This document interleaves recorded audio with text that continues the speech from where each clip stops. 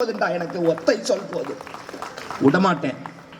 இன்னும் 50 வருஷம் இந்த தர்மத்தை இந்த மண்ணில் வேரூண்டி செய்கிற வரைக்கும் நாங்கள் சாக மாட்டோம். என் கொடிகாத்த குமரனும் வாஞ்சிநாதனும் திருப்பூர் குமரனும் பகத்சிங்கும் ராஜகுருவும் சுகதேவும் குடும்பத்தை பற்றி நினைச்சிருந்தா இந்த தேசத்தை எவன் பார்த்துருப்பான்?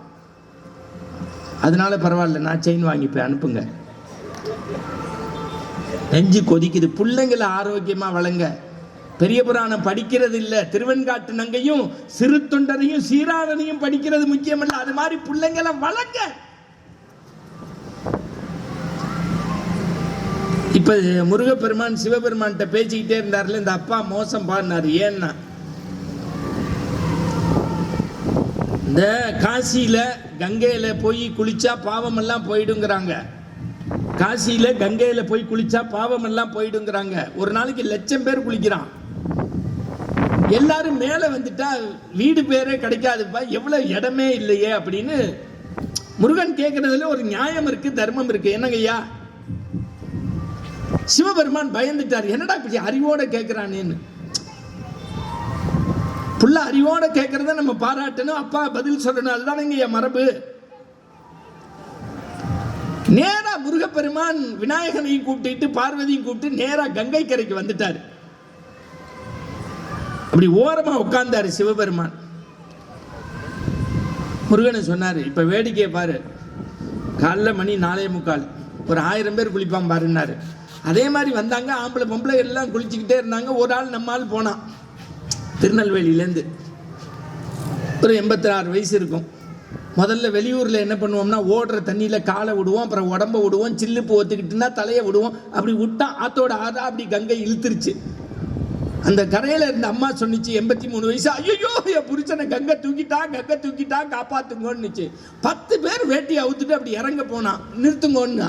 என்னன்னா, பாவம் செய்யாதவங்க தான் என் புருஷனை தொட்டு தூக்கணும், பாவம் செஞ்சவங்க தூக்கினா உங்களை கங்கை தூக்கிடுவான்னா. இந்த 10 பேரும் பார்த்தான், இவனை காப்பாற்ற நம்ம உயிரை ஏண்டா விடணும்னு பின்னாடி வந்துட்டான். ஒரே ஒருத்தன் 24 வயசு கிழிஞ்ச வேட்டியை கட்டினா, அப்படி கலைச்சி போட்டான். உள்ள கோமனை மாதிரி நேராக நீச்சல் அடித்தான். அந்த 86 வயசு பெரியவனை காப்பாற்றினாரு, வயிற்ற குத்தினாரு, தண்ணியை எடுத்துட்டாரு. இந்தா உன் புருஷனை ஒப்படைச்சிட்டேன், உன் உயிரை திருப்பி தந்துட்டேன்னு கிளம்ப போனார். இந்த 10 பேரை அடிக்க கை வாங்கினான். ஏண்டா முட்டா பையில, அந்த மாமி என்ன சொன்னாங்க? பாவம் செய்யாதவங்க தான் காப்பாற்றணும், பாவம் செஞ்சாமல் புண்ணியம் செஞ்சவன் தான் காப்பாற்றணும், பாவம் செய்யாதவன் தான் காப்பாற்றணும், இல்லாட்டி உன்னை கங்கை தூக்கிடுவா. அது தெரிஞ்சுதானடா நாங்கள் பேசாமல் வந்தோம். உன்னை பார்த்தா வாட்ட சாட்டமாக இருக்க, இது வரைக்கும் நீ பாவமே செஞ்சது இல்லையான்னு. இப்போ முருகப்பெருமான் விநாயகர் சிவபெருமானோட ஓரமாக உட்காந்து பார்த்துக்கிட்டு இருந்தார். முருகன் எப்படி ஒத்து கேட்டார். அதுக்கு அந்த பையன் சொன்னா, சார் எனக்கு பாவ புண்ணியத்தை பற்றிலாம் தெரியாது. இந்த கங்கையிலேருந்து 3வது கிலோமீட்டரில் எங்கள் அப்பா வேலை செய்கிறாரு, அவருக்கு நான் உதவியாக இருக்கேன். காலை நேரத்தில் வருவேன், இந்த மண்ணை தொட்டு பல்ல விளக்குவேன். ஒரு நாளும் குளித்ததில்லை. இந்த தண்ணி எடுத்து வாய் கொப்பளிச்சுட்டு போவேன். இந்த காலையிலேயே வந்து எல்லாரும் உட்காந்துப்பாங்க, பிண்டப்பிதிர் தர்ப்பணம்னு கொடுப்பாங்க. அப்புறம் ஐயர் சொல்லுவார், அந்த இலையில உருண்டையை வச்சு பின்னாடி தூக்கி போட்டு 3 முக்கு முக்கிரு, 3 முக்கு முக்கிரு, உன் பாவம் எல்லாம் போயிடும், 3 முக்கு முக்கிரு, பாவம் எல்லாம் போயிடும்னு. எனக்கு இப்போ 26 வயசு இருக்கும். நான் 3 வயசில் பல்லு விளக்க ஆரம்பித்தேன். இப்போ 23 வருஷமா குளிச்சதில்லை இந்த கங்கையில். ஆனால் குளிச்சா பாவம் போயிருங்கிறத கேட்டு பழக்கப்பட்டேன். எங்கள் அப்பாவுக்கு துணையாக இருக்கேன். நான் பாவம் செஞ்சதாவே வச்சுக்கங்க, உள்ள உளுந்துட்டேன்னா பாவம் போயிருச்சுல்ல, அந்த நம்பிக்கையில் காப்பாற்றிட்டேன். எங்கள் அப்பா என்ன வேலை பார்க்குறாரு தெரியுமா? மயான பூமியில் புலையனா இருக்காரு, அவருக்கு நான் உதவி செய்கிறேன்னாரு. இப்போ சிவபெருமான் முருகன்ட்ட சொன்னார், டே கங்கையில் காசியில் கும்பமேளாவில் நம்முடைய கும்பகோணத்து மகாமகத்தில் ஒரு நாளைக்கு 1,00,000 பேர் குளிக்கலான்டா, 1,00,000ல் ஒருத்தன் தாண்டா நம்பிக்கையோட குளிக்கிறான், அதனால தாண்டா அவனை காப்பாற்றுறோம். அவன் என்ன வேதம் படிக்கல, ஆகமம் படித்தவன், தெரியாது, சாஸ்திர சம்பிரதாயம் தெரியாது, மயான பூமியில் வேலை பார்க்குறவன் குளிச்சுட்டா பாவம் போகுங்கிற நம்பிக்கை இருக்கு பாருங்க, அதுதான் காப்பாற்றியது. நீங்கள் சிவபெருமானை வந்து, நான் திருப்பி சொல்றேன், சிக்கனை பிடிச்சிக்கணும், காதலாகி கண்ணீர் மல்கி கசிந்துருகி, டே உன்னை விட்டா எனக்கு வேற கதி இல்லைன்னு அழுகணும். அப்பதான் கடவுள் காப்பாற்றுவான். நம்ம பெரிய புராணம் படிக்கிறோம். அண்மையில நான் நடந்த உண்மையை சொல்கிறேன். மன்னார்குடிக்கு பேச போயிருந்தேன். 3 நாள் பேச்சு. 3வது நாள் அந்த அம்மா மாதிரி ஒரு அம்மா என் பேச்சை கேட்டு தாரத்தாரையாக அழுகிறாங்க. எனக்கு ரொம்ப சந்தோஷம். பேச்சு முடித்தோன்னே நீங்கள் என் வீட்டுக்கு வரணுன்னாங்க. எனக்கு இன்னும் சந்தோஷமாக போயிடுச்சு. இல்லைம்மா, இன்றைக்கி நான் ஊருக்கு கிளம்ப போகிறேன், ஆர்கனைசர்கிட்ட கேட்டேன். இல்லை நீங்கள் அவசியம் எங்கள் வீட்டுக்கு வரணும்னுச்சு. ஒரு 1/2 மணி நேரம் நான் பேசினோன்னே ரொம்ப பசிக்கும்.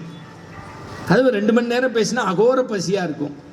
இந்த அம்மா இவ்வளோ பாசமாக 3 நாள் பேச்சு கேட்டிருக்கேன்னு நேராக கிளம்பி வீட்டுக்கு போகிறேன். அந்த அம்மா உள்ளேருந்து எல்லா சொந்தக்கார பொம்பளையும் கூட்டிக்கிட்டு வாசலில் வந்து, டிவியில் பேசுகிறவர் வராரு, நம்ம வீட்டுக்கு வாங்க வாங்க வாங்க வாங்க ஐயா வாங்க, வரக்கூடாதவங்கெல்லாம் வந்திருக்கீங்க, வந்தால் சாப்பிடவா போகிறீங்கன்னா. நான் சொன்னேன் வேண்டான்னு சொன்னால் நீங்கள் என்ன விட்டுறவா போகிறீங்கன்னு. அதுக்கு அந்த அம்மா சொல்லுது, போங்க தம்பி, உங்களுக்கு குசும்பு ஜாஸ்தி.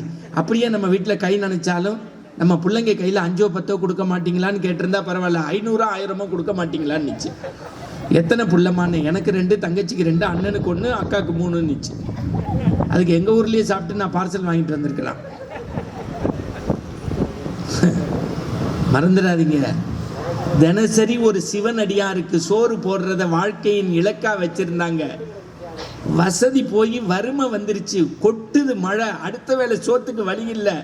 வந்திருக்கிறது சிவபெருமான்னு தெரியாது. புருஷனும் பொண்டாட்டியும் துடிக்கிறாங்க, ஒரு அடியார் வந்திருக்காங்களேன்னு. கொல்லை பக்கத்தில் இருக்க விதை நெல்லை எடுத்து வறுத்து அரிசிலாக்கி, கொல்லை பக்கத்தில் இருக்க கீரையை மூட்டுறதுக்கு அடுப்பு வேணும்ல, எதிரானா வீட்டில் இருக்கும்ல, அது வீடு இல்லை கூரை, அந்த குச்சியை எடுத்து நெருப்பு மூட்டி தலவாழை இலை போட்டு அரிசிலாக்கி இரவு 2 மணிக்கு சோறு போட்டு திரு அமுது படைச்சு அமைக்கிறாங்க. அவங்களுக்கு பேர் தான் இளையான்குடி மாரநாயனார்னு பேர். நம்ம கதை கேட்கறது முக்கியம் இல்லை, அது மாதிரி பிள்ளைங்களை வளர்க்கணும். இன்னைக்கு குழந்தைங்களை வளர்க்க முடியல சார். 8ஆம் கிளாஸ் படிக்கிறவன் அப்பாவை பார்த்து கேட்குறான், ஏன்பா என்னை பெத்தேங்கிறான். அந்த ஆள் பதறாரு, தெரியாம நடந்துருச்சுரா உள்ள போடாங்கிறாரு. இன்னொருத்தன் புள்ளைய போட்டு சப்பு சப்புன்னு அடிக்கிறான். ஏன்டான்னு எய்த்த வீட்டுக்காரன் கேட்டா, வாய மூடுறான். 3 லட்சம் ரூபா கொடுத்து அட்மிஷன் வாங்கினேன், மாதம் 3000 ரூபா கட்டுறேன். இந்த முட்டா பையன் 2 வருஷம் கொரோனான்னு ஜூமில் படிச்சுட்டான், இப்போ 3rd ஸ்டாண்டர்ட் வந்துட்டான். சன்னுக்கு 3க்கும் வித்தியாசம் தெரில, சன்னுக்கு 3க்கும் தெரில. நான் அதுக்கு அவன் சொன்னான், லூசு பையில, அவனுக்கு அது சன்னுக்கு 3க்கும் வித்தியாசம் தெரில, உனக்கு ஓ சன் எது ஏன் சன் எதுன்னே தெரில, ஏன் பிள்ளைய அடிச்சுக்கிட்டு இருக்க விடுறாங்கிறான்.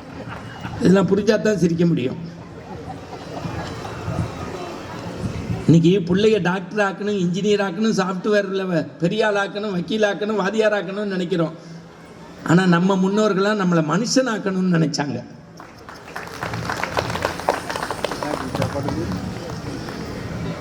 இந்த ஐயா ஒருத்தர் வேற வேட்டியை வாங்கி கொடுத்துட்டு மகா பெரியவரை பற்றி சொல்லுங்க, ஆதிசங்கரரை பற்றி நேயர் விருப்பம் மாதிரி வந்துருச்சு. இன்னைக்கு சிவராத்திரி தெரிஞ்சுக்கங்க, அது ஒன்றும் இல்லை. ஒரு வேட்டுவன் காட்டில் போனால் அன்னைக்கு எதுவுமே கிடைக்கல.